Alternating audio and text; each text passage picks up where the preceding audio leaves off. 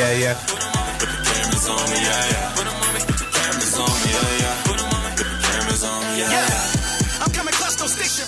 Hello, everybody.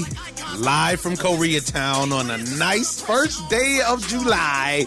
It's the O-ZONE. I'm your host, Omar Miller. I'm here with my brother, Terry Miller, also known as the Icons, as name-checked in our theme song. How you feeling? Feel great, champ. Oh, champ. Y'all gonna figure out sooner or later who champ is, champ. We're gonna put something new out for you. You'll see. But wow, man, oh boy, is it going down? As we sit here, it's going down. It's been going down since yesterday at 6 p.m. Eastern, champ. And we got so much to cover. We have to cover the NBA free agency is at the top of the list. We have a special guest coming in because he's been calling me. He's on me. He wants to put his 2 cents down. Chomping at the bit. And I think that everybody will want to hear what this man has to say. You know him. You love him, ladies and gentlemen. Jaleel White will be our guest today. But we got some other stuff to cover. The Major League Baseball decided to have the very first Major League Baseball game officially played in Europe, and it was played in London, and appropriately so. It's the biggest rivalry in American sports. It was the Yankees versus the Red Sox. It was a bloodbath over there. It was a slugfest. They went at it. But it also was a heat wave, so I have to you still don't get a pass for giving up 17 runs. Yeah, but I think that they made a mistake with the way that they designed the field. Perhaps. Hold on. I'm just giving you a rundown right now. Okay, young. We had a lot of boxing. We took a week off, and in that time, a lot of guys fought. Both Charlo brothers fought. Demetrius Andrade fought. Andrade. See, and I thought it was Andrade, but they kept saying Andrade. Just like Android. Just like Alcantara. And then we got Joe Parker fought. We got some action between the promoters, Oscar De La Hoya and Eddie Hearn got into it. The WBC made a very, very bizarre decision to name Canelo a special champion. And Wimbledon has started, which is very, very interesting because it is upset central, ladies and gentlemen. Wimbledon has started, and they have a top on the court number 1, which is awesome, so that when it rains, that they can continue to play. That wasn't the problem because, like we said, it's a heat wave and it's really nice out. But what was the problem is that it's upset city already. Who's been upset? Venus Williams. Oh, yeah. Albina Williams just got 15-year-old, right? And she is good. Okay. Coco Gauff, and she looks serious. She's one to watch. I mean, possibly for the next 20 years. That was interesting. Naomi Osaka can't get it together. She lost in straight sets. Right. And you're high on her. Very. But she's also so young. All these, all the athletes are so young, and you see the composure factor. Yeah, I was going to say, do you think that's mental or the physical? It's totally mental. I mean, physically, you're at the top of your life. Wow, at 15? Between 50, depending on where you are developmentally, between 15 and 28, child. Okay, child. Just depends on where you are. But, and then Alex Zverev got dropped. Wow. Oh, child. He hasn't been able to pull it together since he won the World Championship in London last December, which I got the fortunate opportunity to attend. And he just lost in the first round and looked bad. And something that Alex Zverev and Osaka shared, besides the fact that they're really young, is neither of them played with conviction.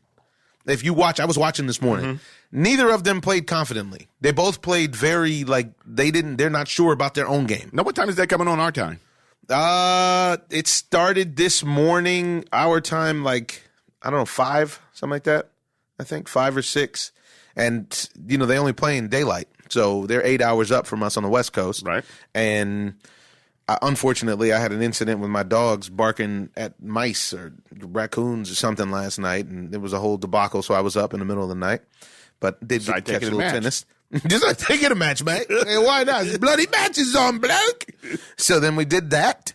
And, we'll see who else gets upset. But as of now, the Joker's through. There's a lot of people who are through that, the usual suspects. It's still all good. But, yeah, these young guys and girls, it's so much of it is about the fortitude to be able to dial it in. And this is something that we're seeing across sports with these young people who can slow the game down and perform at their maximum level, like a Pete Alonso. Mm-hmm. I think he's here. Ladies and gentlemen, the guru has come out. He's ready. Is your microphone hot? It's already hot. Don't touch it. It's already sizzling. Uh-oh. Ladies and gentlemen, he threw his glasses down. The man, the myth, the legend, Jaleel White is here. Let's get ready to rumble. Oh, woo, champ. The champ is here. What's happening? What's going on, brother? Get your phones right. Get your headphones right. Go ahead. Let's get the setup together. The fans don't mind at all. I know how a housewife feels. Where are you going with on this? all of her soap operas and bachelors and bachelorettes and Because that's you right now? Because when it comes to free agency, that is... You stuck to the... I'm surprised you even made it. I didn't even think you were going to make it. When they start breaking the news today, I was like, oh, man, he ain't even going to make it. I will roll You see down what's happening right now? I will roll down my window at a light and discuss it with a complete stranger. Hear what just happened? Are you Jaleel White? What? Forget all that. Please inform me because I know within the time it took for me to park and come up here. It's going, there's more, it's going down. It's It's going. Oh, man. What? Oh, it's going down. Big. Let me know. Woj is saying that the Lake Show is nearing a 4-year agreement with Kawhi Leonard. Oh, yeah. I'm not pulling you. There's no leg pulling going on. 184 for 4. The devil lives in Los Angeles. The devil's a lie, ain't he? So let's speak on it. There's so much that Woj happened. report that? First of all, one of my the funniest things is I love following people now when they're bubbling. So like when my man Ruiz, what is his name? I feel bad. The Mexican guy that knocked Andy him out. Ruiz. Yeah, okay. Uh-huh. Like when he knocked him out, I went straight to the Instagram page and I just saw it start growing. Growing, right? Woj has jumped like 400,000 followers. Really? In the last 48 hours. Wow. He's the source. Woj has been crowned the only source. He's the only source. Wow. He's the only one that Like, matters. there are literally people on other pages saying, hey, man, you need to go away because Woj didn't say that. Woj didn't say it, so we don't believe. So hold up. I'm about to go to mine now. I'm looking at it now, T. Now you said Woj this said is it. I on- don't see it. Where's Woj saying it? Exactly. I don't see it. Okay. I don't one second. see Let me it. pull him up. Because there's a lot of fake news. Don't jump on me. I'm just going based on what you said. 48 hours ago, he was at 500-something, almost 600,000. Wow, and I'm looking. He's at 3.5 Twitter. million on Twitter. Here we I'm go. looking at it. Where you at, John? No, see that's you got. you got tricked. Oh, come you on, got T. fake news. You can't do that with these people. What are you doing? These airwaves are important. What happened? See, that's why God. No, you're not even on Twitter. That's not on Twitter. That's a screenshot. That is a bogus. You're passing out screenshot. fake news. I'm looking at Woj's handle right now. Yes, no. They're jumping my ears. Come on, champ. Woj's last tweet It's about the Warriors is about owner. the Warriors owner. What are you doing? This is Whoa, what let me blue look. checks are for, brother. It's for all right, folks. So stop the press. But what has happened? Do you like how I came in But here? what and has said everything happened? straight, You though? did. I like that. I can tell you feel a little bad. It's okay. Get Terry a drink. Get Terry a drink. What should I have? Get Terry a What should drink. I have? You should have some of that Hibiki because that's what I want. Man, I'm here to tell you. So now we're looking at it, and Enes Kanter is out. Enes Kanter is now going to be the Celtics center, and the statement that he gave as to why was he said that the Portland Trail Blazers gave him 6 minutes to decide. Yes. And they said, we need you to make a decision. He said, well, I need to call Turkey, so I can't call Turkey directly, so I have to call my brother to then run it by my family. They were like, all right, can you do that now? Yeah. And he said he felt pressure, he felt uncomfortable, so he told them no. Okay. I want to speak about one thing. I want this conversation to be framed with this one thing. How emotional are NBA players? NBA players come off to me as the most emotional players than any. They should all be actors. These are the most sensitive, emotional dudes in the world because so many people are making decisions literally based on friends or based on people liking them. There's a lot that's to me that I find very fascinating. So, anyways, lay the booty down. And Hassan Whiteside is going to Portland. Yes. Which is humongous. Saw that. Which to me is enormous. I think it's terrific. If the kid is serious. Because they still have Nurkic. I agree. But what I'm saying is that they gave that kid money down in Miami. And I was down there. They gave him his big money. And suddenly he decided he only needed to play a good 40% of the time. Yeah. If that. Yeah. But he got in. I think first of all, there is a misnomer that everybody over 6'6" loves the game. Oh, Right. Preach. That is true. Okay, Just like they assumed that he loved Your mic a football. little bit closer. Exactly. Yeah, they assume. So- you can move the mic. So I think that plays Yeah, into people it. assume that I love football 'cause I'm There's a big. particular superstar now who I'm not going to name because I know his assistant. Okay. Through a friend. And when your assistant, as an NBA star, feels comfortable saying at an expensive dinner that I'm sure he's going to find a way to expense back to you, feels comfortable saying, no, he's peaked. He's peaked. He's not going to get any better. Like, what do you mean? Like, he doesn't even really like going to the gym. Like, he loves partying. He enjoys who he's dating right now. And it's just like, as long as the money keeps flowing. It's all ancillary. Yeah, it's like all of this, like. I have to do this to keep my lifestyle framed up the way that I like it. Exactly. So the LeBrons, the Stephs, the Kawhis, the freaks, Right. the guys, the That small really care. percentage who just happen to be a physical specimen. And they want to study film and beat you. They want to be the best. And they want to be ever. the best of this, that, and the other. Listen, those guys are rare. We should enjoy them while they're around. Right. We should not, leave nasty comments on their pages, and that's just stupid. Right. But I'm saying those guys give you your bang for your buck. Right. And I've seen the NBA hand out $3 billion in the last 48 hours. You believe that? And we didn't get none of it. We didn't get a dime, brother. I'm still waiting on her to call my name. I'm looking at Woj every minute like it. All I can hear is my mama saying in my ear, they've made their money. What are you doing? What are you doing? That's a black mama for you there. And like a true coke addict, I just go back in and do another line. So, what's my line? Yeah. So yes, I think they're coddled from a young age. Of course. I think it's a unique thing to be that tall and that young. Yes. And to be that recruited from such a young age. That then in turn forms, I'm going to support your point here. Yeah. I've talked about this for years, which then in turn, you've been the superstar for so long. You're so disassociated with normalcy in almost every way. Almost. Usually there's still one way that you're still tied into normalcy, and that's with your finances until boosters start getting involved and then disassociate you further. And what that does is, and the reason that I've spoken about this for years is, in my 17 years in the entertainment business, 17, 18 years, the cheapest people in the world are professional athletes. Oh, yes. Oh, the only athletes that I would say I would rank that aren't cheap, I would start at the top of the list. I would say baseball players are the most generous. And for a while you could say, well, they had guaranteed contracts. They had the most money. Now basketball players get paid more than anybody because of their participation deal. It's like there is no owner per se. They're part of ownership, and then you go down. Basketball players are super stingy. Football players, forget about it. Julian Edelman still owes me a stack for a bet we made earlier this season, and he was supposed to be coming on the podcast. He felt so confident. We was in the booth together. Matter of fact, you went to the thing for Shaq's restaurant opening. Yeah. And then that night, we were watching the game, and he was talking crazy about the Celtics. I said, man, the Celtics ain't even because they beat the Lakers. I said, the Lakers are they're in trouble right now. I said, but y'all ain't gonna beat the Clippers on Monday. Oh yeah, oh yeah. What you want to bet? I said, what you want to bet? He said, let's make it a G. So I make it a G. Man, the Clippers came out and taxed that ass by about 39 that day. He Ubered up out of there so fast. Let me tell you something. My man had committed to coming on the podcast.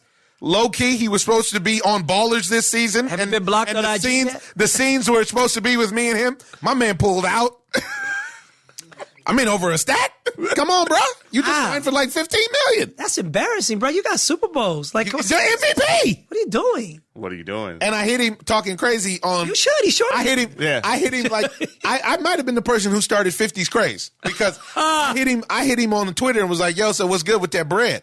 I got you, Bubba. I got you. Got you, Bubba. Never heard from him again. I got you, Bubba. So I don't like the Bubba part. And so yeah, exactly. Right.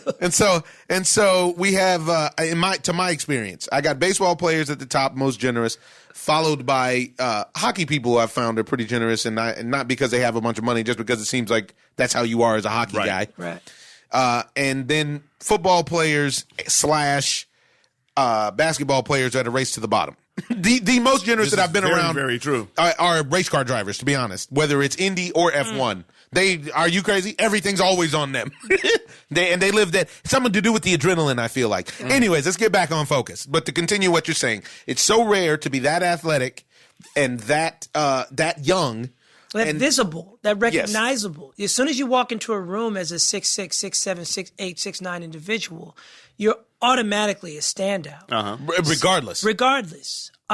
Then, like you said, you have the entitlement factor, and then you have this participation that has put them almost above any other athlete because, like you said, they don't have owners. They are participants in this thing called the NBA now, where they basically have equity. They do have equity. Like, they have equity. They have equity. Okay? Because otherwise, there's no logic on how these numbers make sense. That's exactly. I mean, you're literally paying $10 million and $15 million per to players. I would not pay $15 to play with at the park. Oh yeah, yes. Sorry, I'm not going to say certain names. Say that again. Say that again. I won't interrupt this. I'm saying the equity split with the players and the owners is so real in the NBA that teams can afford to pay 10 and 15 million per to players that we would not pay $10 and $15 to go see play any given game. That is one hell of a sports phenomenon that I have never seen in my life. It's crazy. And I'm not saying, that's why I'm not going to say specific names. Right. Because this is not an attack at all. They need to get their bread. It's an observation. Yeah. But what that does is when you've got a guy who might be number 9 on your roster, number 8 on your roster, might not get any ticks come playoffs. If you even make the playoffs. And he's still good and for that 15 guy's like, per. yo, my value is 12. Is 12. And I'm averaging. Can I get that? I'm averaging 1 and 1. Exactly. So that is, I remember having an uncomfortable conversation with Lamar Odom during the lockout. Mm-hmm. And we just randomly passed each other. And I say it was uncomfortable because it was only uncomfortable for me. Because that's all it has to be uncomfortable with. Right, because he just kept speaking about we got to get our value. You know, they want to. They don't want to ever give us our value, and I know my value. And he just kept saying value. And now that I fast forward and life has happened, right? And I don't need to talk about him specifically because no, it's not an indictment. No, not an indictment. Not Jaleel White came on talking crap about Lamar Odom. No, right. But fast forward, now you see somebody like Boogie Cousins caught up in the middle of all of this. Sure is. Hasn't landed anywhere. Imagine. And I don't know who's going to sit down and have a spiritual conversation with him about where he is right now in life. As far as with value? Yeah, with value. Yes. Because right now, his perception of value could threaten his ability to just be a functional man. Right. And somebody needs because it can break you down. And because of what we just said. And because he's been special. That's right. Since I bet you that since he was 13, he was probably 6'4", 6'5". And let me tell you where he is for different circumstances, but I'm going to tell you where he is. He's where Sean Livingston was when he was trying to make a comeback. Ooh. Yep. It's true. Yep. Now, if you tell that to his ego, like, this fool just called me Sean Livingston. Are you crazy? Yes, brother. Yeah. And now look at Sean. Sean Livingston was supposed to be the next Penny Hardaway. He sure was. And he broke his leg in a spectacular way. Sure did. One of the worst sports injuries ever. And to see how that brother has built back his life. It's super impressive. And instead built a career on consistency instead of ginormous 4-year domination. Yeah, 4-year payments is so admirable. It is. But it's not a sexy story for Woj right now. So you don't hear about that. I agree. You hear about it only in the finals when he has a breakout game when he gives you 25 off the bench. Like I was just as interested when I saw Derrick Rose sign for the Pistons for $15 million too. I said, hey man. Imagine. That dude's a fighter. Sure is. Because he could have quit. I respect him like a dude who got up off the canvas after getting knocked down twice. Yeah. The money has been earned. You on your knees. Yes. You can go to sleep and get up out this ring if you want to. And he's still getting back up. And I've heard him say it defiantly, I can hoop. Yeah. And He's showed- right. Yeah. I've Yeah, heard me him too. say it Me to too. Friday, like, Me too. I ain't listening to these people out here. Right. I can hoop. Whatever you you see can that take he can from go. me. And Whatever you can take from me, you're not going to take this from me. And I can just, as somebody who's played the game, loves the game, I live for the game, like, I love hearing that. So I cheer for his 'Cause he 15 cares. million. Yeah. Just like you Cheered cheered for him when he dropped the 50 this season. Exactly. You cheered for it. Yeah, it's a crazy comeback. And honestly, not enough has been made, in my opinion, about Derrick Rose and the comparison to Kawhi Leonard. Because if you remember, when Derrick Rose came out and said, I have to think about my future because of my knee, and people blasted him. Blasted him. And I think there was some of exactly what you're talking about, where it moved into his own personal life, his real life. Oh, yes. You know, and it like he went from being beloved to showing up at the spot. Then he had the legal problems. So then he went from being the darling and, you know, the superstar MVP to being, oh, look who's here. Like it went from, oh, look who's here to, oh my God, look who's here. You know, when you've been around just entertainment as long as I have, you understand that adulation is fragile. Mm-hmm. Sure. And the payments though on the league. I remember a player telling me, Jay, the whole league is built on money, hoes, and clothes. That's it. Wow. It's money, hoes, and clothes. That's it. Wow. So you live a 365-day existence that's focused on money, hoes, and clothes. That's not going to be the totality of your life. Right. That's kind of shallow, right? That's going to be a moment in your life, a grain of sand when you really think about it over the course of, if you're going to live to be 75, 80 or whatever. And so watching these players sometimes, like I had a problem with Kyrie this year when he really ranted about how miserable it was to play the game. And I was just like, oh, brother. Don't do it. Brother, there's somebody cleaning the toilet in the stadium right now who, after a bunch of drunk kids vomited all over it. Right. And that ain't getting no kind of rev share from that arena. No rev share. And the most that you have to put up with is some reporters intentionally asking you some annoying questions so that they can get a headline. And you know what it is. And you know what it is. So there's got to be a way that you can Charles Barkley this and flip it back on them and just say, hey, we're here for our daily fuckery. Sorry, Can I say that here? It is. You know what I'm saying? And keep it moving with grace. There's got to be a way. Because Kawhi does it. Kawhi does it. Yeah. Do you realize that Kawhi gives us so little of himself? And he has protected him. Yes. That when he decides to give us even a kernel, it becomes a T-shirt. How about that? That's his brand, though. You know, you look at him and but that's what he's saying is that that's the wisdom of his brand. Yeah, he decided for his branding to be that. He was like, I mean, they literally anything that he says that is just like common sense, because he gives the most hood common sense answers. It's hysterical. Even when they asked him, it was like, what do you think this will mean for the people of Canada if you guys win this? He was like, oh, well, you mean you gotta like talk to a Canadian or like somebody on the street. nothing was worse / better than when his boy tried to dap him up before the game. It was like that way. The floor is that way. Game time. Telling you with every action why I'm here. He sure is. I'm here for me.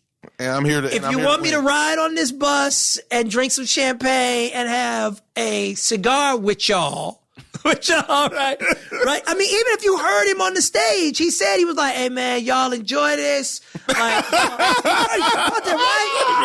like everything was third person. Everything was outside of me. It was external. It was like, I gotta win this series so I can maintain my standing to keep this value going for myself. But y'all, I guess, have something else vested in this. So, hey, that's good. You know, hey, have fun with it. Now, what do you think happened to him in San Antonio? San Antonio was just a situation where I think a guy went from young man to grown man. And we grew out of it. And Pop didn't catch that. And the second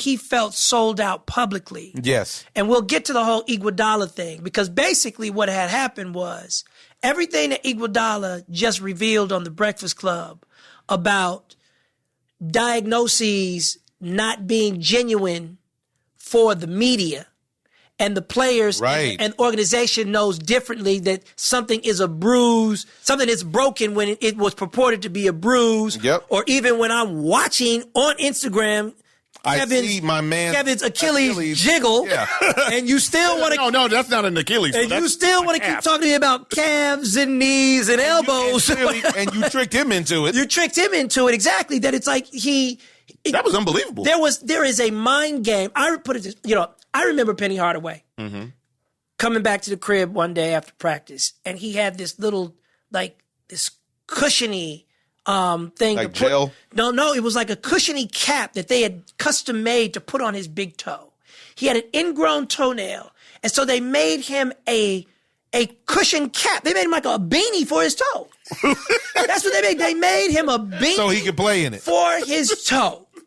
And I was like, wow, man. I was like, who makes these? Like, where do you even buy these, right? And he was just like, no, the trainer made that. And he was just like, so the trainer just made that? Yeah, they made a bunch of them. So I just, he had like 4 of them. To switch them out. Yeah, to switch them out.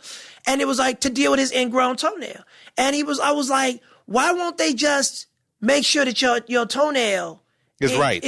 Right. And he's like, Che, you stupid. You don't keep talking to me like that. He said, Che, you stupid. For the amount of money they pay us, dog, and they'll sew you up however they can and force you and back get you out there. So I think there's a medical... Yeah, the football players have long spoken about that publicly. I think that's just throughout sports in general. Right. Yeah. So there's a medical component to this game that Kawhi finally saw through.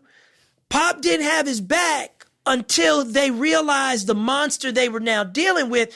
Kawhi is like, You're not going to pressure me. This man will not be pressured. Yeah, I'm not. You're not. I will not bend or break. Like you ever play like a game like chess or something, or even Monopoly, anything, and it's like it just takes forever for this other person to move.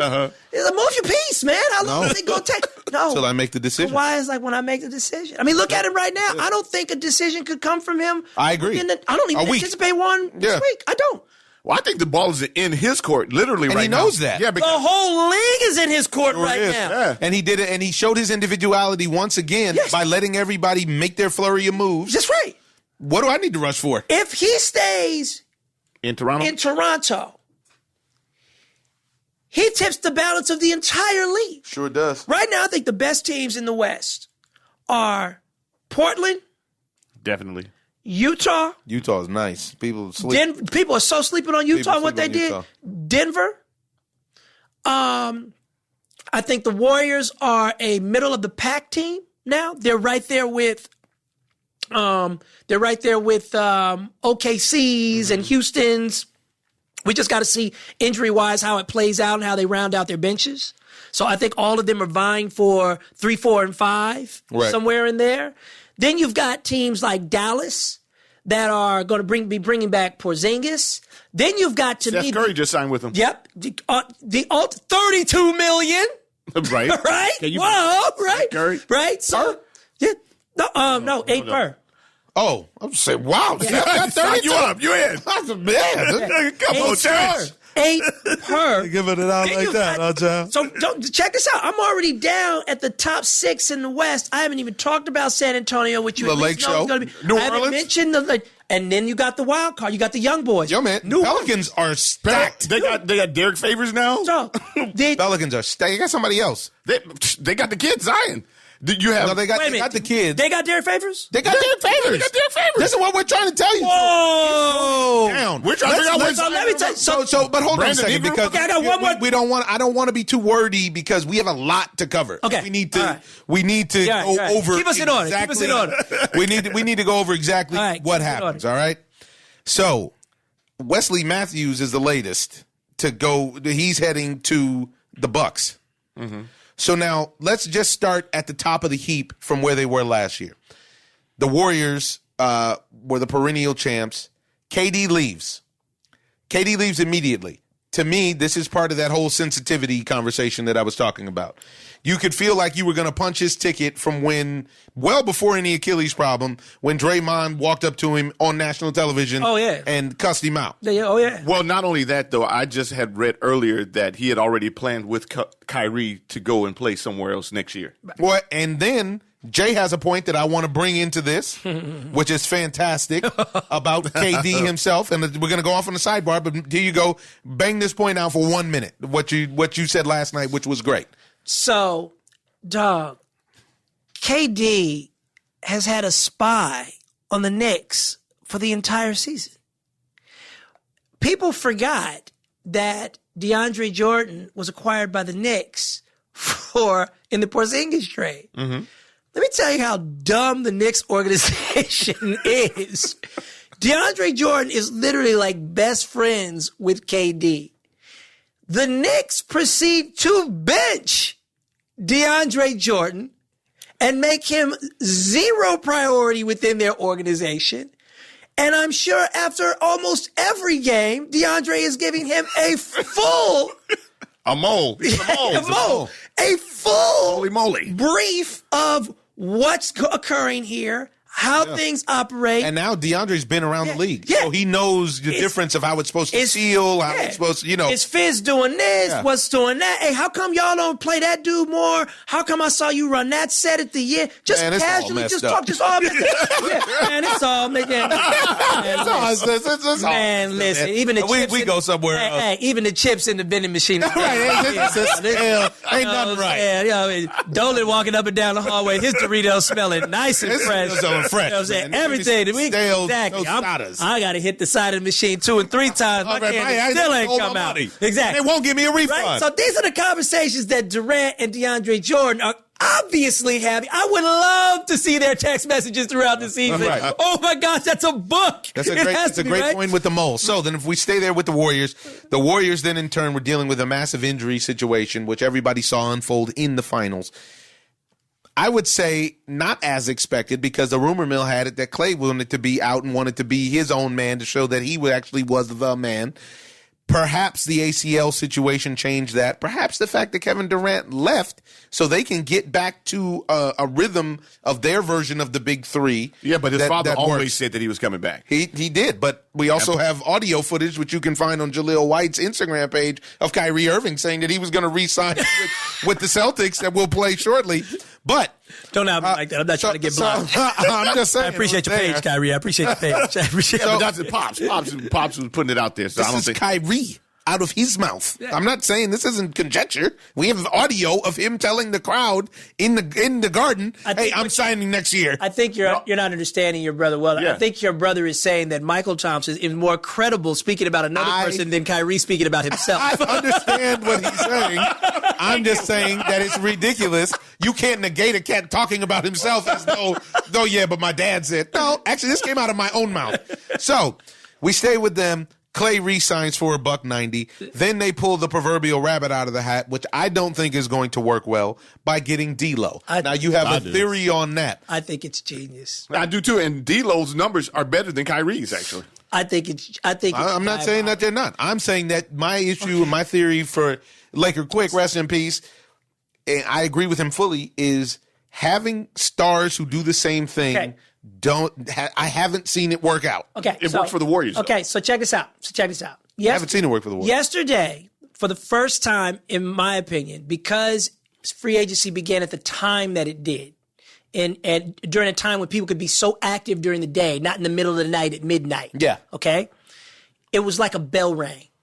Yep. And there was a big run in the stock market. Yep. And buyers were out there just screaming and this, that. That's why he said 6 minutes. I'm giving you 6 minutes, Enes Kanter, because a bell rang. Right. And the stock. You are on the clock. You are on the clock, and the market is still running. So what happened was, I'm sure Bob Myers found out early on that KD was not coming back. Right. So rather than cry in his milk, Bob played it so smart where he said, okay, now I've got all this money.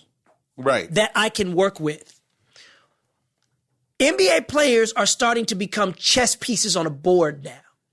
So if you look at somebody like a Kawhi or a LeBron, those are, for lack of a better term, those are the queen, the queen of the chess table. Of the chess table. They're the queen on the chess table. Right. You look at somebody like a D'Lo, all of a sudden yesterday, that dude's a bishop or a knight. And so Bob said, listen, this is what we need. So meanwhile, and I'm going to tell you, I know the Lakers. I know the way they think. We have a healthy queen. I know the way they think. The Lakers have been sitting back playing their options, not understanding the market is running so fast. Right. By the time you make your decision, that These person guys have already is done gone. So the Malcolm Brogdons and all the real plugs for their situation, Yes. the market was setting those guys' fees at pretty much 20 to 30 million higher than what you the Lakers thought. were willing. The Lakers, yeah. I already know. They The didn't Lakers read in it their right. mind were probably sitting back going, hey, maybe we get D-Lo for 3 years, maybe 73 million, something like that. And D-Lo's agents are like, we already talking to Minnesota and we're already at about $110. Yeah, exactly. We trying to figure out how to get to $140. $140. But the problem with the Lakers is that they like to depend too much on their lure, the Laker lure. Exactly. You know, and you know what? My punk ass school, UCLA, does that crap, still pointing at old ass banners. So don't get look at the banners. Yeah, John so Wooden don't not get me here started with anymore. them dusty banners. All right. So look. So again, what Bob said was, what's his real value? Somebody in my war room tell me his real value to Right. people out there in the world. They say, look, it's about He's hot. it's about 115 million. It's about 120 somewhere in there. He's Boom. one tier down. I from the already top. know what he did. He called them fools up and was like, yo, we got your bread. Right. Like, what do you mean? We got your bread. Come play for the organization Come that play for- everybody speaks Come highly play for the of. organization that we know what we're doing. We got your bread. So what that did was it allowed D'Lo to play for a proverbial winner, get his bread. He's going to be traded. You think so? Oh, yes. He's going to be traded. But now... D'Lo, you saying? Yes, D'Lo. But now when Clay comes back, Clay's really going to have to work to reestablish himself as the two there, even though he got his bread. Because theoretically, because it's cold game, one of them could be traded. But I'm going to say that there's enough equity and loyalty and stuff in the tank for Clay that when he comes back, D'Lo's the one that's going to have to be traded. Draymond's contract is going to be up. So now they've got this giant knight bishop piece on the chessboard that they can trade to another team for real value now to round out their bench. What do you think they're going to get back for D'Lo? It ain't going to be Wes Matthews. No. Yeah, no. Not next year. Not It ain't going to be Hassan Whiteside. You see what I'm saying? Not at a year where he's going to be playing at a clip where he has a total green light. Absolutely. And can do and literally can shoot as much as he wants and run it up and down the court. So as long as he's healthy, all Bob Myers did was acknowledge his value. And he's holding to that chess. Got to move. So Next. I think the big winners in free agency are not necessarily so obvious. And it's still not over. So obviously it's still going. I see where you're going with this. You got a genius mind. Come on. To me, the big winners in free agency are not the Nets because literally the only player that we've seen in the NBA history to come back from the Achilles and still be him was Dominique Wilkins. It's the only one. Yeah. Besides that, I mean, we saw what happened to Boogie this year. And, we've seen it countless times in our collective 100 and some years of watching the NBA. Yeah. Guys, Achilles is an injury. It's very difficult to come back at max. And not you can't come back, but to come back and be max. I think Kev's got a lot of fight in him, though. So he's going to make it interesting. I'm not saying that he won't. I think that he'll come back. And he's also young. But he won't be the player that he was. That's my point. Yeah. And also, I have always maintained that Kevin Durant, despite his greatness, needs a lot of help. The most help is what he needs to actually get over the hump, which is why he went and played with the best team in the league because he couldn't beat him. And then he got all the help that he needed, and so he could shine. In the same way that Lamar Odom needed a lot of help. Lamar Odom should have been he got Sixth Man of the Year, and Phil Jackson was smart enough to recognize that's his value. And then it was, who was the coach after Phil Jackson that won with them? Oh, I forget. Yeah. And it was a different coach, right? Was it Phil? Was it Phil that won with them, with Kobe and him and them the last two with Powell? They only won with Phil. They only won with Phil. Yeah. So Phil was the one who figured out, you know what? That's Lamar's problem. He's not the guy, even though he has all the skill set, the attributes. And I had a very uncomfortable conversation about value. and even though he has the skill set and the actual everything to be the guy, he needs some help. And once we get him this help, you watch what he can do. I'm going to put him in a different position. Same thing goes for Kevin Durant. Kevin Durant, as a ball player, you can't really prototype a better ball player for this era of basketball. He's long, he's a shooter, he'll dip on you, he actually plays defense, he's got it all. But he didn't have the mental edge to beat guys without all of the guys, even though, in my opinion, he had all the guys he needed. That's neither here nor there. My point is, then you go play with another guy who also is pretty much has shown us some mental softness in the same kind of way in Kyrie Irving by saying, I got to get away from LeBron James. Then you get away from LeBron James, you're like, damn, this is really hard. I didn't know that LeBron was actually carrying so much load. I thought I wanted to be Batman. I'm actually good with being Robin. So now you're about to have two Robins over there. But the thing that could save them is that DeAndre Jordan is too legit to quit. He's really underrated. People sleep on it. You sleep on the Nets because the Nets have nucleus there, not just with bringing those guys in, but they have Jared Allen still. They have Rondé Hollis Jefferson. Yeah. They have a core. I'm not sleep because I recognize how I get what you're saying. How corrosive that these kind of egos and guys are in locker rooms. It's the same. The Celtics were the best team in the East. But I'm telling you that they colluded to get together like this. Oh, I get it. So I don't think that down the line now you're going to. All say we're going to get together and play. Then all of a sudden, you know what, man? Jay, I think he's a cancer. What are you talking about? It happened with the Lakers. It's happened with several. It just happened with the Warriors. We just watched it happen with the Warriors. But now they got hurt. But those guys weren't boys like that. Kevin Durant wasn't like their boy. Okay, the time will tell. We got to stay on topic. Stay on topic. Yeah, my point is that they're not those guys. There's going to be a lot of finessing that needs to happen, and you need guys to come back at full strength from the injury. So there's that. To me, the winners were the 76ers. The winners are the Jazz, and the winners are the Portland Trailblazers. Yep. Now, who did the Jazz pick up? There you go. The Jazz picked up Mike Conley, which was the first guy to sign for this $30 million deal. You're always high on Mike Conley. And that's because Mike Conley, his value has never really been shown, not because of him. His value, he's as good as any point guard. Yes, he is. He's as good as any point guard. You're about to find out, Playboy. You're about to find out. Now we're about to find out. We're about to find out. We're going to get on a plane. We're going to go to Utah. We're going to get warm coats. We're going to get some mittens, and we're going to go to Utah. You're going to see.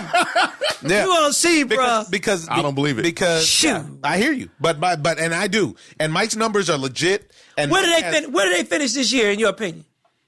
They'll probably make the playoffs, but everybody makes the playoffs. Did you say probably make the playoffs? Give me a number. You know 8 teams make the playoffs. Give me a number. 7. Oh, the disrespect. It's real. I actually like Utah. 7. I like Utah more than I like Denver. And really? Me personally. Are you kidding? They got Rudy Gobert, which is a legit big man. He's a legit, but look at Denver's big man. Denver's big man is the truth. I'm not saying that he's not. Go position for position. Come on, Denver and Utah. Who's better than Donovan Mitchell? Hold on. I think that Mike Conley is going to make Donovan Mitchell what he is supposed to be. I agree. That's what you're not paying attention to. And Mike Conley is like, young fella, you about to fly. Watch this. You about to fly. Where I hit you. You guys are caught in the good old days. Mike Conley is finished. What? Wait. Okay, wait. Okay, jeez. Was there drinking before I arrived? Just by one of us. Because I see the Hibiki is low. Just by one of us. So that's my take. I like Utah. Portland, to me, for one, they did the right thing and they super maxed out Dame Dollar. Dame has shown that he's one of those guys that does care to be the best. Exactly. CJ ain't far behind him. Nope. They kept Rodney Hood. They kept Ace Hood. Now what you gonna do, dog? Ace Hood on the scene. Please don't. So they kept Rodney Hood. Now they lost Myers Leonard, but they got and arguably the best big man in the game when he's actually serious. But we can't see that. I agree. Listen, what I like about that acquisition, I like it Hassan Whiteside. And Hassan Whiteside, I like it for a different reason than you. Okay. I like it because he's got 1 year to prove himself because the contract expires. And then it's time for him. Then which I've learned about, if you can count on anything like the sun coming up in Los Angeles, you can count on professional athletes showing out on a contract year. There you go. That's what you can. Now, that's not to say that once he gets his cheese, he might go play again. Exactly. Or he might be sore again. I might need to load management. So bottom line is, whatever Hassan Whiteside is, Portland's about to get the best the max of it. version of that. Yes. So I like that. But the Sixers are loaded. The Sixers are stacked. What are they past the first 5? They got Josh, they got Ben, they got Embiid, they got Horford, they got who's the Simmons. They got and Simmons. So what are they past 5? And they got rid of Josh Reddick.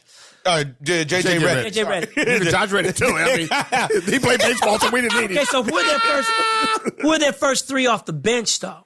They haven't got it together. Yeah, but that's what I'm saying. But this is the teams still aren't rounded out. I'm looking at front 5 right now. I'm not sold. I'm not sold. And they got Tobias Harris. Oh, what about the coach? Oh, they got Tobias Harris, so that's 6. They re-signed Tobias. What about the coach? You've been screaming about the coach forever. The coach will find a way to lose. Okay, then. They ain't no good. But Brett Brown will find a way to lose. But very D'Antoni-esque. But this team, and with the last 2 years of development of Embiid and Simmons, I'm one of those guys that thinks Joel Embiid gets hurt a lot, and he's just because he's a giant. Just a giant. What I'm saying is that he's one of those guys that you have to maximize this window because he is the best big man in the game currently. Not when, if, maybe he's it, and because he can give it to you however you want it. And the problem is they constantly want to go away from riding Joel Embiid. Then Joel Embiid messes around and says, "Oh, my knee is sore." It's funny how his knee always gets sore when somebody else gets more shots. It's just an observation that I've had. Wow. Just an observation. That's all. Now, don't at me. I'm just saying. Now, Terry brought up a good point. And I want you to say what you said off air, which is what it says about Jimmy Butler going to South Beach and taking his talents to the Miami Heat. I'm not going to let you beat him up for that, but go ahead. I'm not beating him up for that. I'm saying. I know. No, listen what he had to say. Oh, okay. Jimmy Butler does not, he wants to play against the competition. He does not want to join the teams. He doesn't want to join the super team. He doesn't want to join the super teams. He wants to prove that he can beat the super teams. He has that sort of a will, like a Kawhi. Yeah, he's a throwback type player that I don't, just like something that he always talks about Kevin Durant doing, which is joining the Golden State Warriors. It wasn't necessary. The Golden State, everybody's acting like the Golden State Warriors, they're going to be so bad without Kevin Durant. Right. They won without Kevin Durant. They were actually low-key, in my opinion, possibly better that the first 2 years where they split with LeBron, they were better. Yeah. You put Harrison Barnes back on that team and you put that team back together, man, that team is a problem. Now, Jimmy Butler could have went anywhere. Literally. And he decided to go to Miami. And that's not just a party. Has anybody ever noticed that when you take a free agent meeting with Pat Riley, you will sign. Nobody leaves the state without signing. Right? Anybody notice that? Him and your man from the Clippers. Jerry West. Yeah, Jerry West. The logo. That's him why, and the logo. That's why Durant didn't even get on the plane. Don't even meet with them. I'm going straight to New York. Right? So that's a great point. Wow. I think it was a little deeper than that. I think Jimmy's tired of playing with these millennials. No question. Because they just don't embody the work ethic that has the old school mentality that has made him one of the best in the game. It's made him who he is, the way he goes about it, and also the fact that he was the least coddled of this coddled group that we're talking about. There you go. So he would actually, you could even argue that he was the least coddled with the most upside because they constantly treated him like a stepchild everywhere. So he finally has a front office man that's like, I get it. You go play ball. I'll help you out. I'm gonna deal with that other stuff. Right. I'm going to get I'm gonna get you these guys. And you know what the first thing I'm gonna do? I'm gonna get rid of Hassan Whiteside. I'm getting rid of because I can tell you right now, you may not know this about him, but you don't want to play with him. Yeah, exactly. Trust me. You don't want to play with him. Like he did it on the same day. Did it on the same day. I'm gonna get the dude out of the locker room that I know you go fight with the most.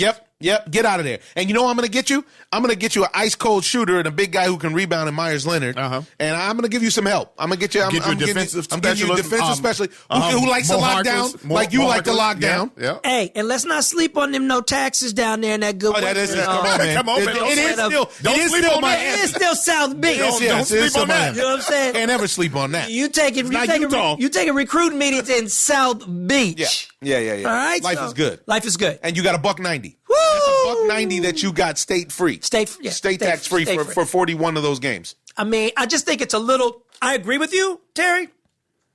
I think he likes to compete, but I just think that there were some other factors. Now that he's been with 2 other organizations, and I know the feeling where you're like, man, listen, I just want to show up, hit my mark, say my lines, eat my bagel, and sign out. Right. I don't want to produce your movie for you. I don't want to direct it. I don't want to have to question why are you even bothering with this shot because you're not going to use You'll it. never use it. I don't I don't want to do any of that. Right. Anytime I get into an environment where all of that is taken care of for me, I am so appreciative, and my bagel tastes so good with that cream cheese. And that's what Pat Riley has for you. And that's what Pat Riley has. He's got lots of bagels for you. He's got lots of bagels for you. So I just need you to be healthy. Yeah. Pat Riley is a fitness guru when it comes to that. He likes his guys to be in tip-top shape. Yep. He wants to run. So Jimmy ain't going to have to yell at everybody. No. It's about, well, why are you not running? Right. No. Pat's like, no. Wait. You just don't do need- you. Yeah, don't worry about that. There really is power, man, I'm telling you, in just staying in your lane.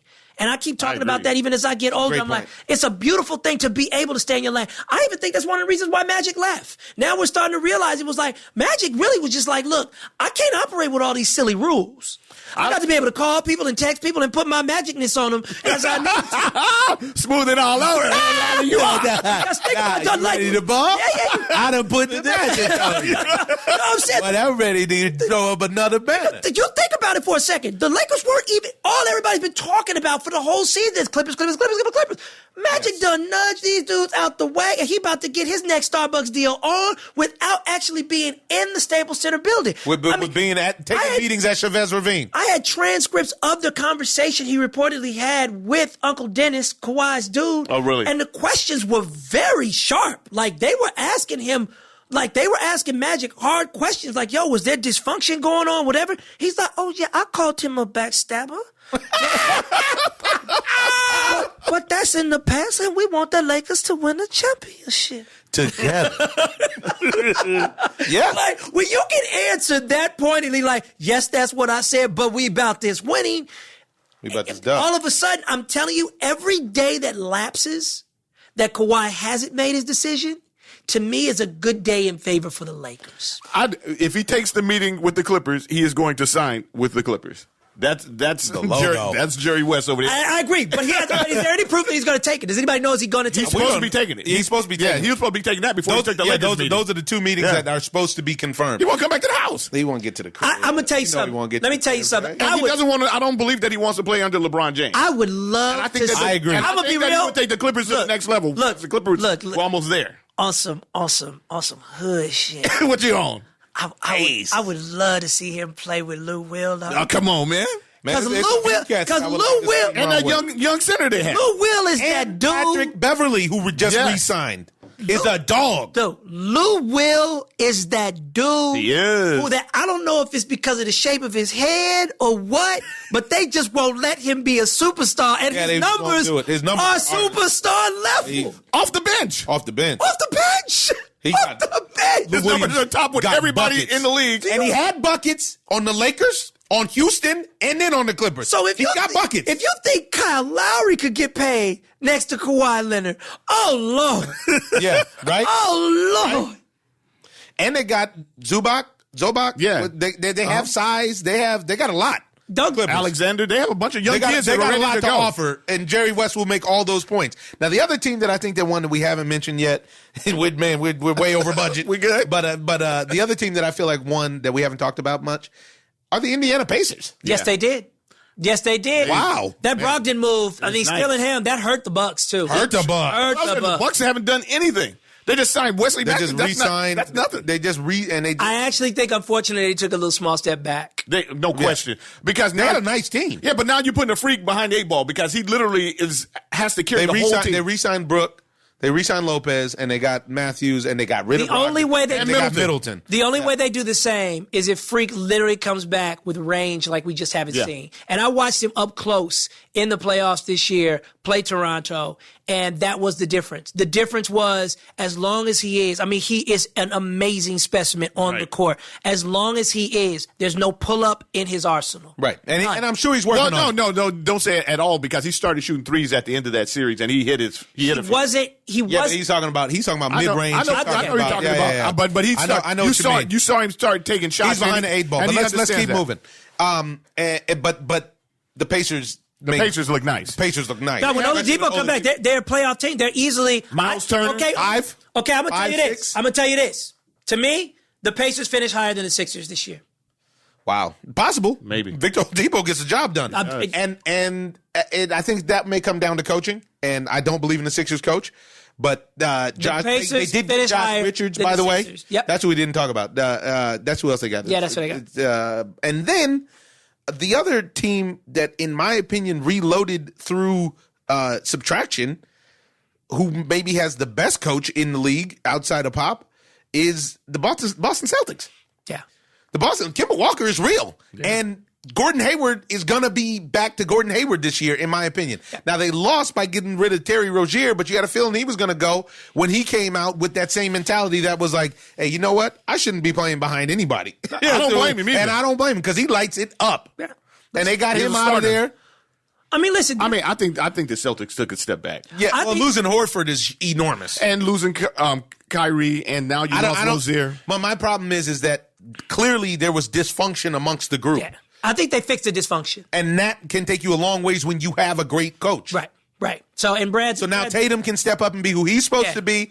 Kemba can just keep being the Kemba that he's been in Charlotte the last, 6-7 years, however long it's been, where he's been wasting his time down there and getting paid. But, you always have to kind of respect the mentality also of, I didn't get this far in my career by playing behind somebody. And I've always felt, I've never understood why players get criticized for making the obvious statement that got them to the league. Right. I'm the stud. Yeah. I'm the coddled player. Yeah. Every one of these guys in the NBA was a BMOC, big man on campus, wherever they came from. Mm-hmm. So that's what I meant when I said sometimes, that's why I was going back to even just for a hot second, the Boogie Cousins situation, is that life sometimes will take you out of the BMOC lane. Yeah. And you just have to figure it out. Yeah, you put you in a humble pie lane. And it doesn't mean that you can't be a big deal again. It just means that in a different capacity. You got to do it in a different capacity. That's exactly it. Yeah. That's very well said. Yeah, both of you guys framed that up well. Yeah, so, and the clearest losers of all are the Knicks. I mean, we don't even. And I say what you were going to say. Say what you were going to say about it off air that you said about Dolan. Oh well, actually, breaking news. The Knicks just signed Tyrone Hill's cousin, Tyreek Hill, Latrell Hill, for 3 years. How much they give him? $98 million. 98. I've been waiting on Dolan to give me a call. So my leg is crooked, but I can give you a half court game. Listen, when Dolan carted Oakley out of the building last year, this is the most socially conscious league out of all the leagues. I think that was an embarrassing situation. Again, who is texting Kevin Durant the entire time while it's happening? DeAndre Jordan. Yeah, dog, they really hog-tied him. They dragged him up out the joint. And I really feel like good business in America will ultimately always benefit a bad person. Man, that's ice cold. And the sad reality is James Dolan's energy is hurting the Knicks.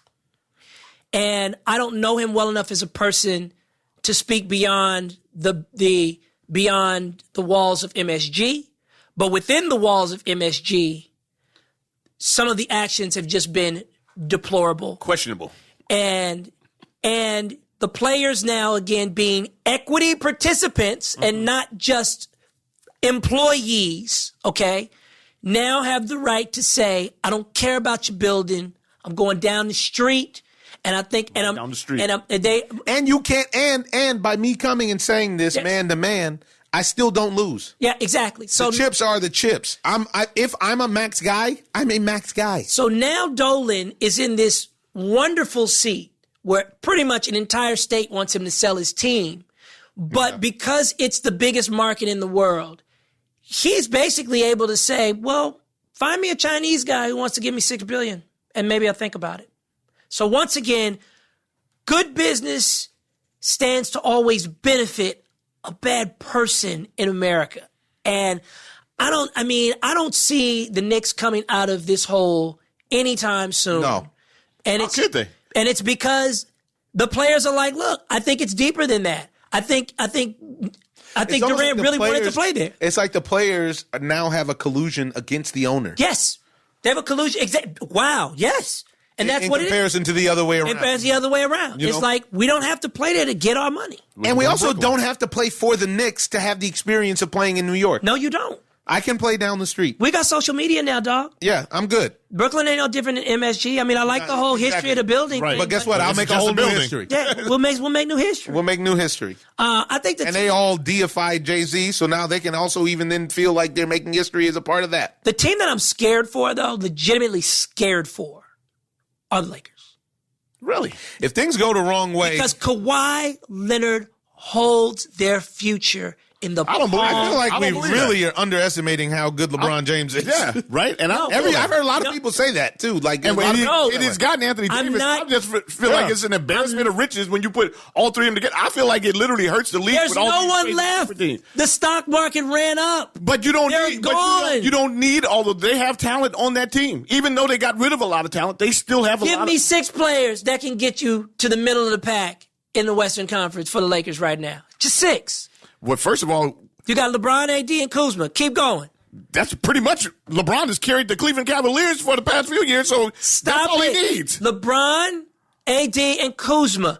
Give me 6 players. Just 6. I don't. This is what I'm telling you. You don't even literally need 6 players. You want just 6. traded the entire roster, so that's hard to. I don't even know if they got 6 guys under contract. To And be honest, the reason why I say scared for as opposed to rooting against, I didn't say that. I said scared for is when you put all your eggs in so few baskets. You saw it last year. I had a friend call me up last year. It was like, Jay, I got the court for you for $2,000 if you want it. I was like, what? What are you? Yeah, no, they're playing the Knicks. And then all of a sudden I realized, I was like, is LeBron playing tonight?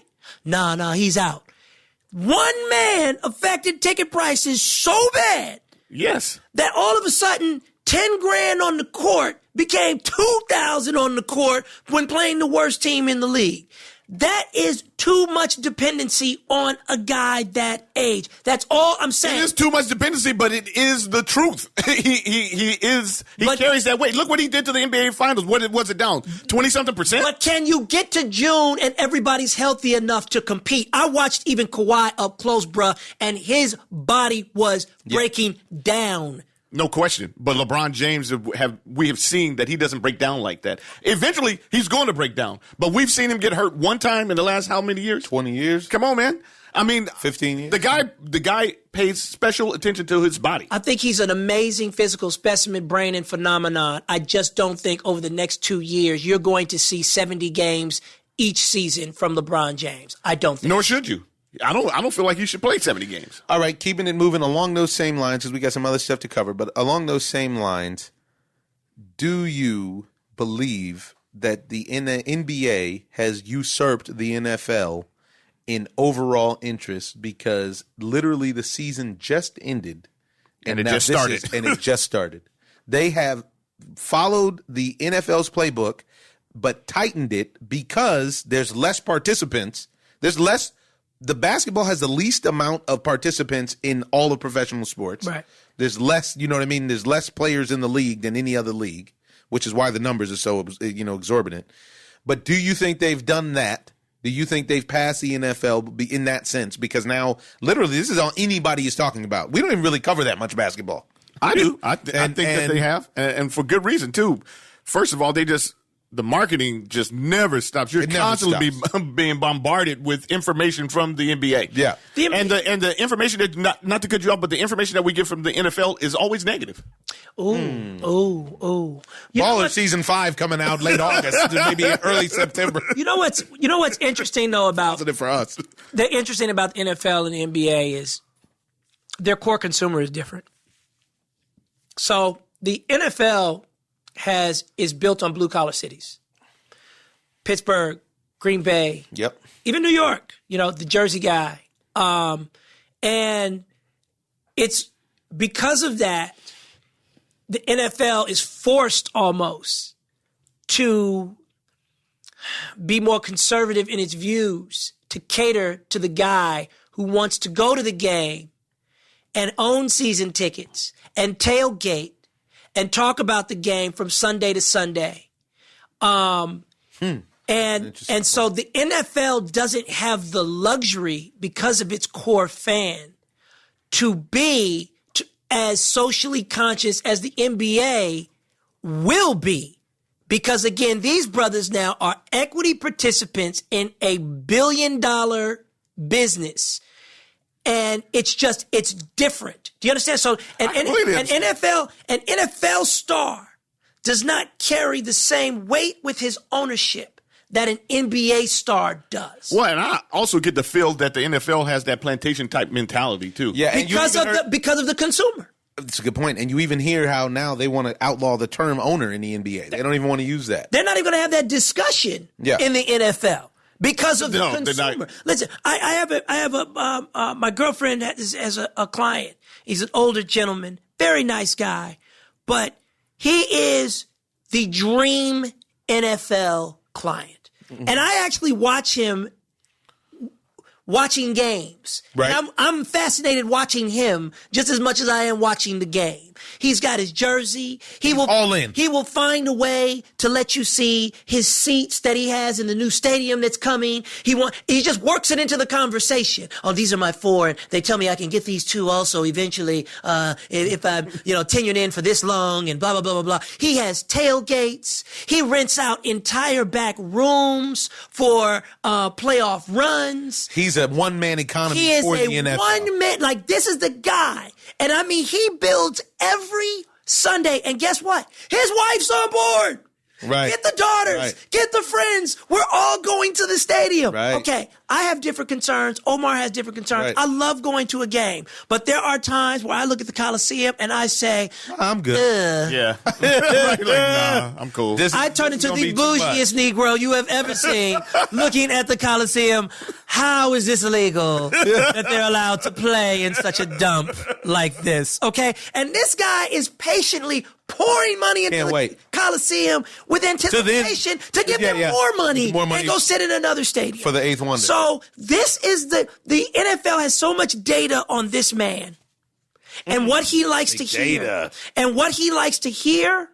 Watch. And this guy, I can say, really prefers if you just stand for the national anthem and we get our flyover.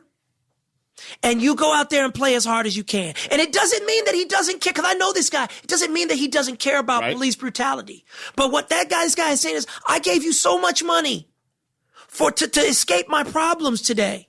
Can you please not do that here? And listen, that is a much deeper debate than for this podcast. Yeah. But that is their core consumer. And their core consumer says, you're going to talk about that outside this stadium.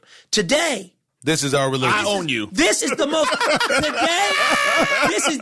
no, seriously. Today, this is more American than apple pie. And I want and I know how I like my apple pie. Yeah, exactly. It's ridiculous. Wow. That's a good point. All right, moving on.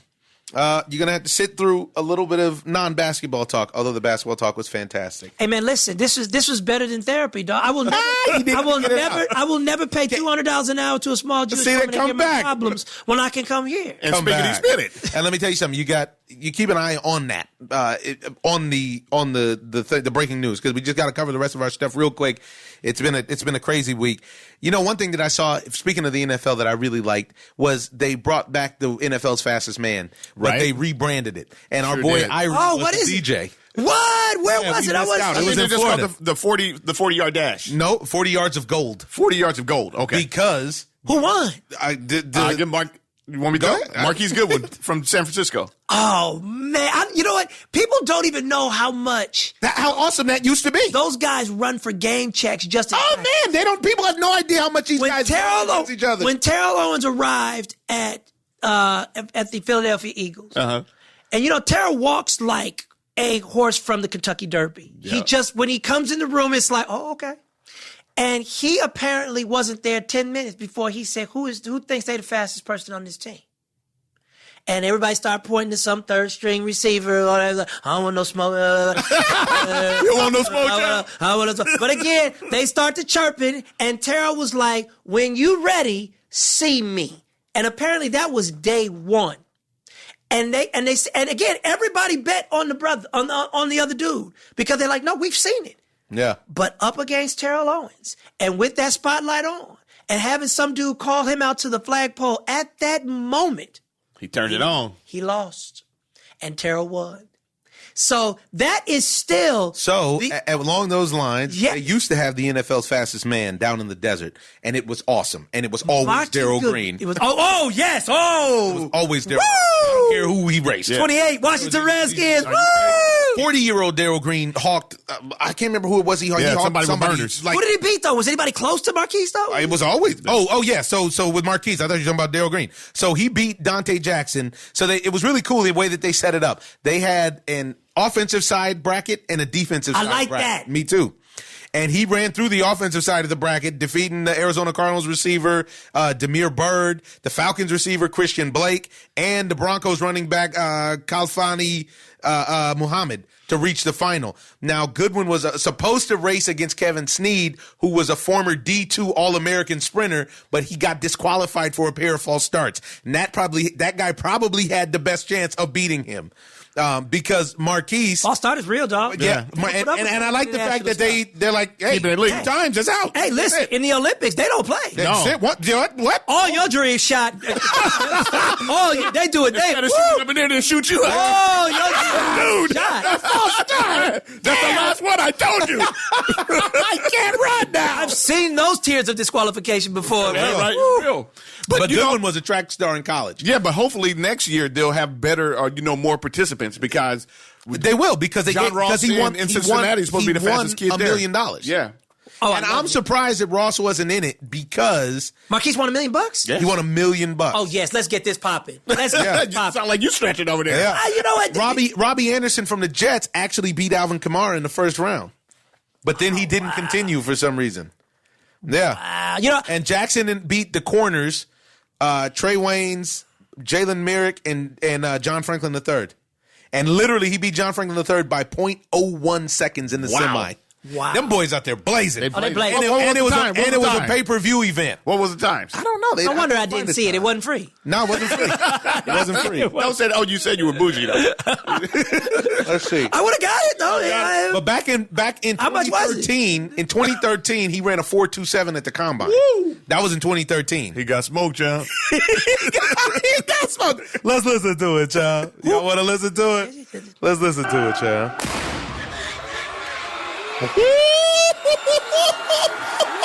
Oh, them boys. Come check it out. Hey, I'll spin it. I got to see that. Come on, you can't just watch the screen by yourself. Oh, I like the setup, too. Oh, wait. Oh, let's get it. That cat is fast because he stumbled out the block. I think it might have been the hair. I don't think the hair helped him. Watch him stumble. Skirt. See that? He had a little misstep. That's that torque, though. It's that torque. And let me tell you something. If y'all took that longer, he would have got walked. Yeah. Because he started to turn it on. If that was 60, 60 make you tell the truth. Shame the devil. Do you understand how moist them ladies got up in there watching them brothers? No, I don't understand, but it sounds like you. Sounds like you do. Hey, man, look, I got some speed on me, man. Oh, we saw it. He got the burner. He got some smoke, y'all. What? So when we did the Lexus 0 to 60 challenge where we did the driving up in Monterey, right? And Carmelita Jeter, who was the fastest woman on the planet, Olympic gold medalist from Gardena, literally Jaleel caught her off guard, and out of nowhere was like, "Oh, what's up? You talking about how fast you are? Let's go." We're all in race suits and everything. Now, she wasn't loose and she wasn't in her shoes. I wasn't looking. He wasn't Hold on a second. But clearly, she underestimated Jay because she thought that she's like, walk this fool real quick. And they went out there. The video, you can look at the video on his Instagram. Listen, let me tell you something. On Lexus 0 to 60. It's on YouTube. You can watch it. And Jay beat her. He beat her and then another cat who actually won our competition. He had burners too. Hey, who's Curtis Hamilton, and he's Mookie Betts' cousin. Really? Crazy burners. Listen, my got burners like that? Listen, my suspenders have gotten me athletically disrespected my entire life. All right? That's my only... We're going to show it to you. We'll show it to you. That's my only regret in what I've done in my acting career is that somehow, simply because I played that character, They want to act like you can't do nothing else. They want to act like you're in real life. You walk around. Yeah, like my coffee not as black. Like some have. Well put. Right? Well put. So it's well put. So rather than be negative about it, for me, it's fun. I've always played basketball or whatever. Even if I pull up, I heard Jesus and Meros, those dudes or whatever, said something about me. Ice Cube showed me some love apparently for the old Elite game. Oh yeah. And Jesus and Meros was like, "Oh, did I 3 that?" And they said some old corny stuff like that, right? Right? And I'm just laughing because I'm like, even at 42, I'm looking at these two stumps over here on this show, and I'll say it out loud. Somebody can let them hear it. Okay. I'll see you two fat boys anywhere you want, and we can get our hoop on. What's good? What's good? That's going to have to be the clip we put up, ladies and gentlemen. Make sure you mark that and cut that because Jay still got work for y'all. And the burners. Listen, I don't play as often as I used to. You don't have to, don't I like don't. it. But when I see them two stumps, you're ready. And it's like, but they had the cliche attitude, and I say it in play. You know what I'm saying? I'm saying in competition. Right. Yep. But I'm looking at it, and I'm like, yo, it cracks me up in New York how you get the most unathletic dude, but with the New York bro. That's like, oh, you're not gonna let him do that to you. It's like, hey man, he don't have a choice. It's getting done to him. You know what I'm saying? It's like, give it to him. It's like I love my man Shaquem who represents Latifah. Latifah, yeah. He invited Flavor unit. He invited me out to play ball when we were young, when I was younger, and I love Shaquem. Shaquem's a great dude though, right? Yeah, Sha is great. But I was giving it to Sha. And we was in the private gym there, whatever, and his boys were like, he switched. And then want to start barking at his boys. Now, see, I caught that, and I'm like, that's where the politics of our business are crazy. So I'm like, so nigga, you gonna switch and then start yelling at them? I'm standing at the top of the key. I was like, get your ass back over here. Get some more. I wasn't done. And so to this day, the cats that were in that gym would be like, yo, no. It went down. And I'm like, look, I'm not the greatest player in the world. I'm not saying that. I've been in games with Penny and whatever in Memphis where I was the shortest player on the court. And I remember this game in particular. And everybody was just 6'5", 6'6", and flying. And they're playing by 1s and 2s to 11. So if you get scored on twice, you the ass. Right? I mean, I've gotten a chance to play with the highest level of competition where I know how to handle myself on the court. So I'm never really going to be an embarrassment. Right. That's really my level of play. You know what I'm saying? So when I see cats like that, though, I'm like, dog, seriously, I hope your cardio is nice before you want to talk like that. Side note, crazy breaking news. Tyler Skaggs just died. Are you kidding? Wow. The Angels have a problem with this, huh? Angels announced pitcher Tyler Skaggs has passed away at the age of 27. Wow. Oh, man. From what? He just got married. Oh, man. Oh, man. Wow. Rest in peace. The Angels put out a statement 16 minutes ago. It said, it is with great sorrow that we report Tyler Skaggs passed away earlier today in Texas. Tyler has and always will be an important part of the Angels family. Our thoughts and prayers are with his wife, Carly, and his entire family during this devastating time. Wow. This is unbelievable because Nick Adenhart died something similar to this, right? Now, I don't know how he passed. I'm just talking about at this early age out of the clear blue sky. You know, usually you don't hear about. When that happens, that seems to be some type of genetic condition generally. And with Nick Adenhart, it was an accident. It was a car accident. It was a car accident. It was drunk driving. Okay. He got smashed in the car. It was a terrible scenario. Oh, man. Wow. Details are scarce right now, but here's what. Wow. You know, you just ended the podcast with that. Oh wow! Yeah, I mean, your story was fantastic, but listen, hey, life happens, man. Life is happening. Life is happening. Wow, in real time. I hate to hear that. Yeah, I hate to hear that too. And we're talking about that's a trip because that's what we're talking about. We were just going to move into baseball, as a matter of fact, because this is going to be a very heavy thing that you're going to hear a lot about. But come July 9th is the All-Star game, and the All-Star game, the players have been announced, which is great because there's a lot of young guys and new guys. And, I mean, the presumptive Rookie of the Year is playing out in New York, and the guy is phenomenal. The kid Pete Alonso, and him and Jeff McNeil are on a tear. They're on the scene. You want to go through? You look like it's over. You look like you can't focus on it right now. I can focus on it. I was just trying to find out. Omar has the greatest moment in celebrity all-star game. Sure does. History. Did you play in that game? No, I didn't. I was very much at home, yelling at my screen, laughing. Like that is.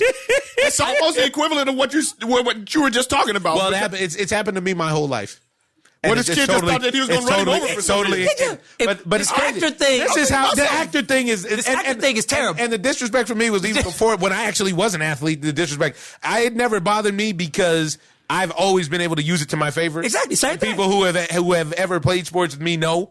But I know exactly what you're saying. I know exactly. So because of it, I'm so perceptive. When I am so perspective of other people. Oh, I can see it. I can see it. If I see 5 white boys walk into the gym together that want to play together, they can shoot. They can run. Anyone who's not interested in playing defense, step aside. Because they get wet. Okay, they can shoot. They know each other. They brought no color in here, and they said we have necks. Right. Got it? Oh, you guys, what you need for it? No, we'll wait till after that. We'll wait till we're gonna run it hour 5. Hour 5. Our whole 5. Like I'm perceptive, and to this day, like the New York guys, especially, they love to dribble the air out the ball. Oh, that's their whole thing. They want to break the air. They want the ball to go flat, making you try to turn an ankle. Oh my God, that's all they want. They don't even care about putting the ball in the hole. They want to go crazy. Once they get you to off lean, balance, bobble, to whatever, God forbid, fall. They're not even interested in making the bucket anymore. So here I come. They just want everybody to go crazy. Oh, with my California mid-range game, and it's like it takes you at the elbow. Exactly. It takes 3 or 4 buckets before they're like, "Hey man, who gonna stop him?" Yeah. Yeah, I remember. Get out there on. I had it before. I played with these young kids that were all high schoolish. That were all my friend coaches a high school like a prep team. That's like the kids that are the kids. So he had me come out to play with him because they had a big guy. He was like 6'8", and he was like, "Man, tighten this kid up. He's not tough. I want you to bruise him a little bit." So I went out there, and I remember the first 3 possessions I put up on him. And first 2 possessions were just jumpers. He like stepped back. I was like, oh. First was a bank. Second was just a jumper. Yeah. Mid-range work, elbow work, stuff like that.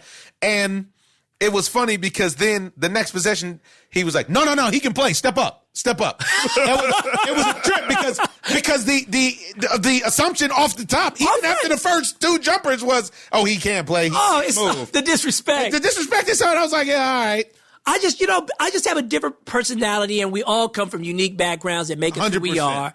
That because I've been so underestimated my entire life, I never underestimate another man. Right. But you have to come from that space. Yeah, that's it. And the other thing is, but if you've always been coddled and you've always been that man on campus, then you don't come with. It's that like usually. It's like Pat Beverly is crazy, right? Like he's crazy, but it's the crazy in him that has driven him to 3 years, $40 million with the Clippers.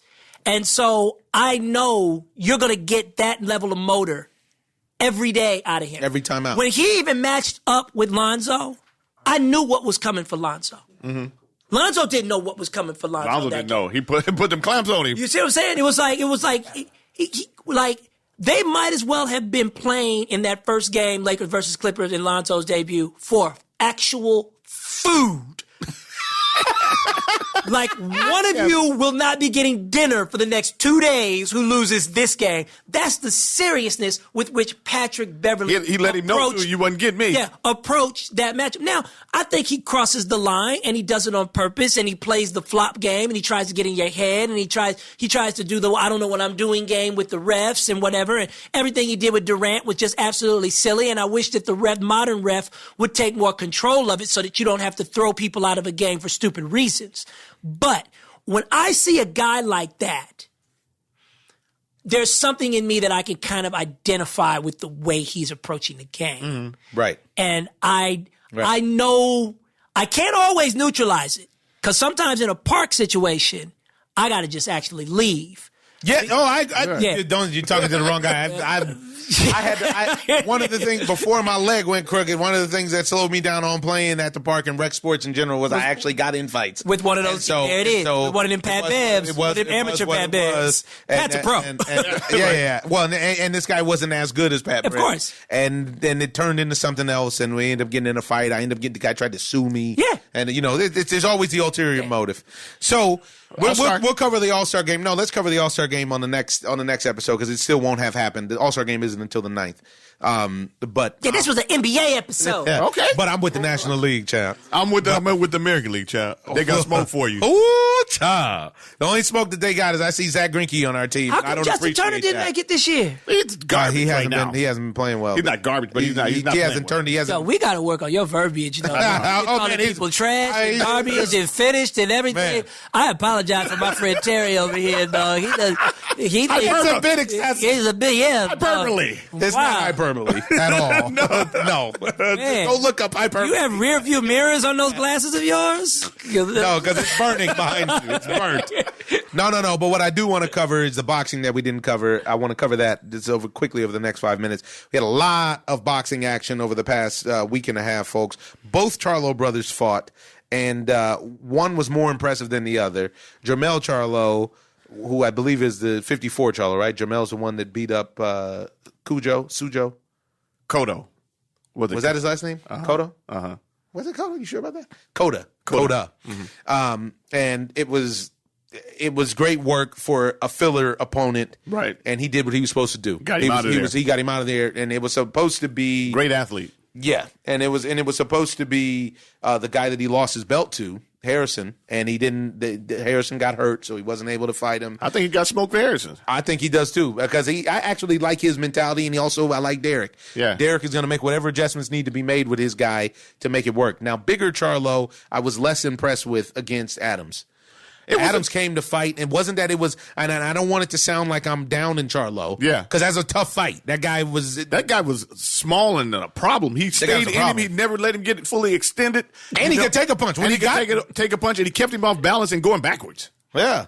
You good over there, Charles? No, I'm loving the commentary. Oh, yeah. I'm a listener now. Yeah. Well, yeah. So it ended up going the distance, and it was a fight. When you saw the matchup, because Adams took the fight, and he's a full division. Normally, he's a full division lower than Big Charlo. 5'8". And he's 5'8". He's normally coming in at 154, but they fought at 160.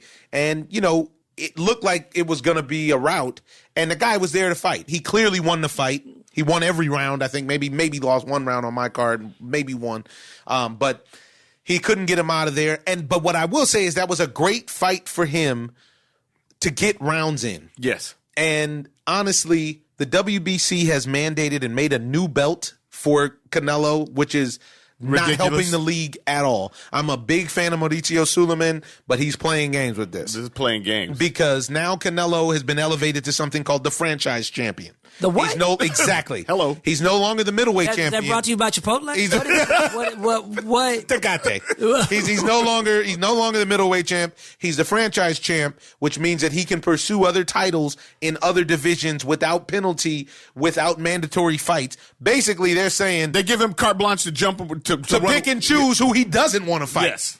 Because ultimately, he's got an 11-fight deal for $365 million that is guaranteed. There it is. That then in turn, you're going to have to knock Canelo out to get a decision against him. Absolutely. It's the only thing. And I he said is hard to knock out. He is hard to knock out. And so with that, they've elevated this Charlo brother that fights out of Houston. He's been elevated to full middleweight champ. Basically to say that Charlo, you don't have to worry about fighting Canelo because we're going to make sure this fight does not happen, at least not for a while. And Charlo said that he wants his belt still. Exactly. He said, I want the franchise belt then. So whatever belt you give him, I'm coming for it. Smoke. And I don't blame him. I mean, but look, again, the fight game, one of the things that I notice about it is, unfortunately, the belts don't matter anymore. They're part of the credibility is just they're part of the pomp and pageantry, and that's because there's so many belts. Yeah, but it was like I always remember George Foreman saying, they call it prize fighting for a reason. If there ain't no prize, you don't fight. Yeah, and that's how people get hurt. You get brain damage. That's how you mess around and get brain damage. Like he literally went on a whole soliloquy about it, and with that level of thinking.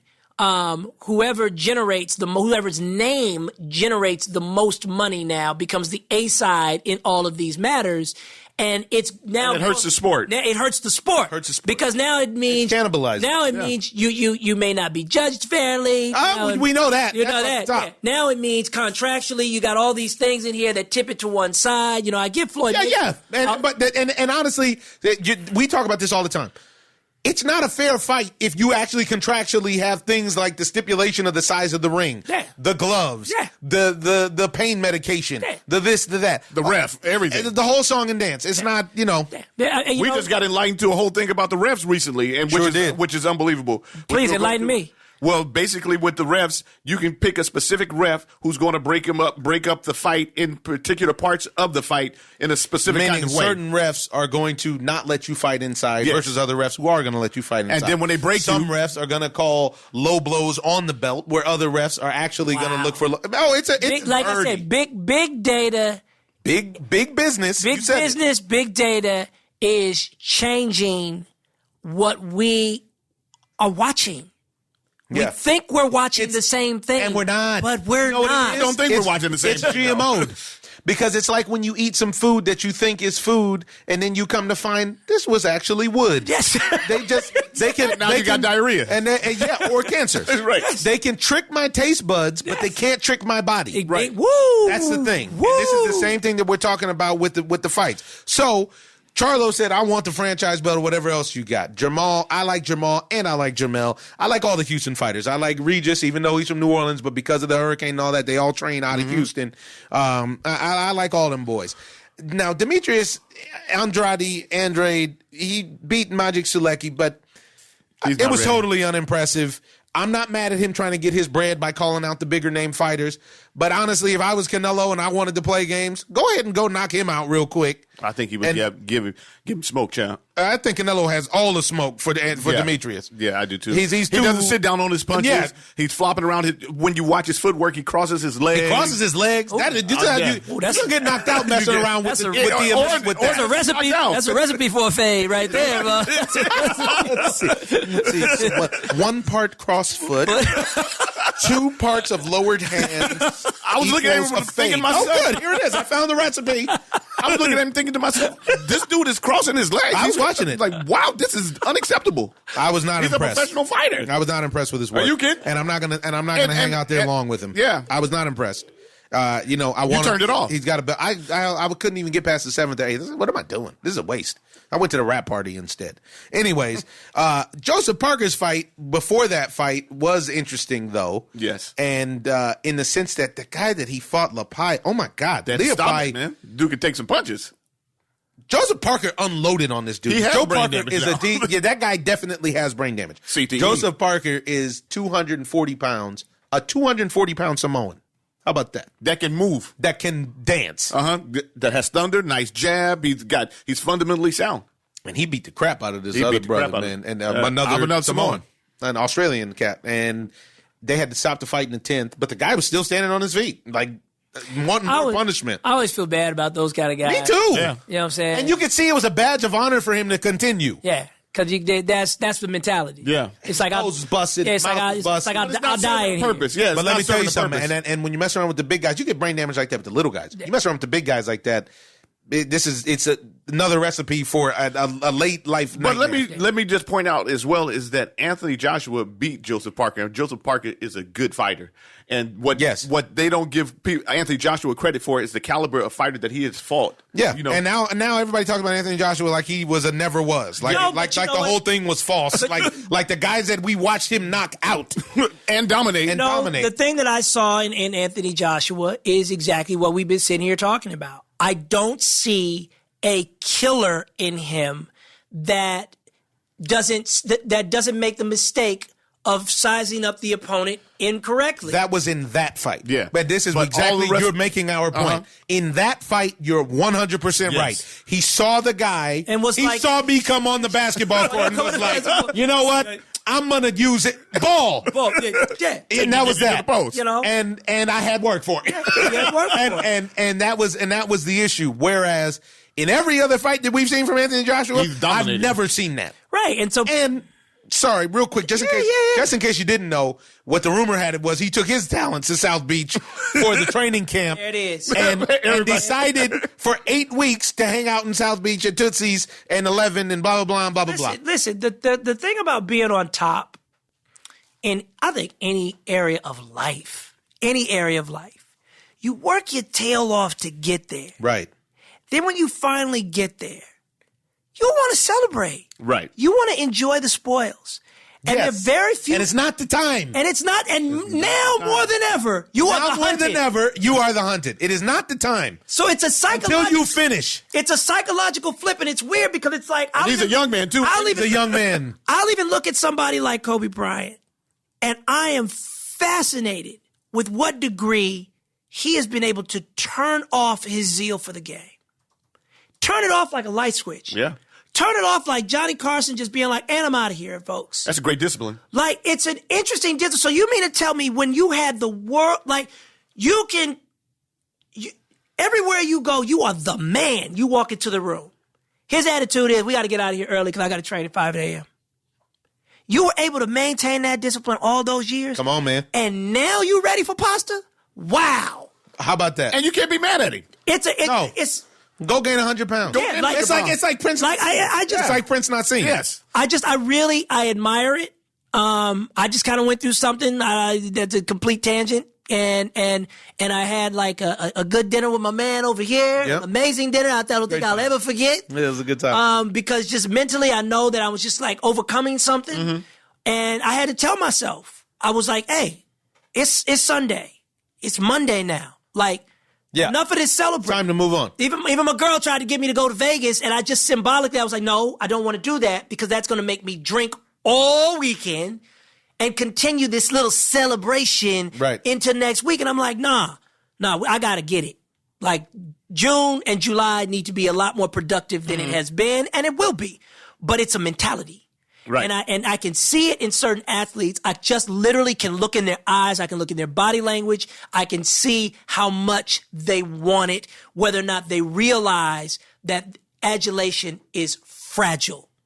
Man, super fragile. And this is exactly what happened to him. So what happened to him. Yeah, so now that he's lost his belts, now he's really looking. It looks like he's soul searching now, and you see, and we're gonna find out when he gets back in the ring. When he gets back in the ring, because everybody is saying, "Well, Ruiz is going to do the same thing." If the Anthony Joshua comes out that we've seen in the past, you'll get the same result. He'll. I saw technical problems with that fight. Yes, no sure. question. He didn't even. That wasn't a Mike Tyson situation where he was just drugged up or too much partying or whatever. I think it was a combination of South Beak and technicality. There was a need to grow that hadn't been serviced. Yeah, and part of that had to do with being on top for a long period of time where people avoid you. And this is also a problem that happens with the boxing stables. Then we had Cal Yafai, who's somebody I follow on Instagram. He's a British flyweight, and he got busy in a lopsided fight. And now I'm interested to see if Tom Loeffler puts together another one of the Superflies, because he's somebody who actually would have worked for the Thai homie potentially. You think Thai homie's mind is messed up? His mind has been messed up since he got messed up with his girl. Yeah, his girl messed up his mind. He hasn't been the same. Hasn't been the same. Just want to keep moving. Maybe the best fight that I saw over the past couple of weeks was the Comey or Beltran fight. Did you watch that Wade Beltran fight? I think I did. It was really good. The African cat from Ghana. Yeah. And the thing was, he knocked Ray down 2 times in the first round. And Ray I won't call him a journeyman, but he's at this phase of his career, he's on the downslope of his career.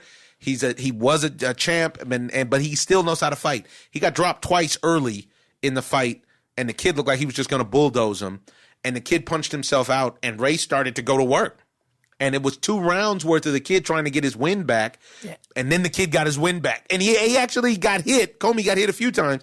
And Ray tightened him up, but then the youth and the athletic domination took over. It turned out to be a good fight. I think he stopped Ray in the 9th. I think something like that. But this kid Comey is somebody to watch at lightweight. Send me a link. Yeah, I will. I want to watch it. It was on ESPN. And we didn't speak on that Rigondeaux either, did we? We did not speak on Guillermo Rigondeaux. Which we shouldn't really, though. It was bizarre. Yeah. Because this is his first time that I've seen him back since fighting Lomachenko. I think he fought one time after that. And he decided to be a bruiser at 122 instead of his normal slick Cuban style. And, man, that dude beat the crap out of him. He sure did. He caught a lot of punishment. I mean, too much. Too much punishment. He might CTE. It's running loose. We back at square one. Brain damage. Why, child? Why? It's running wild. And so, we got fights to look forward to. The next big fight, the one I would like to go to, is that Manny Pacquiao Keith Thurman fight. I don't know. I don't want to see that fight, but I do want to see that fight. Anywho, we're way over time, folks. We got to keep it moving. We're going to get you into the spot out soon. There was a special day. Thank you to our special guest, Jaleel White, coming and blessing us with his expertise on NBA free agency and pearls and jewels from the wisdom of life.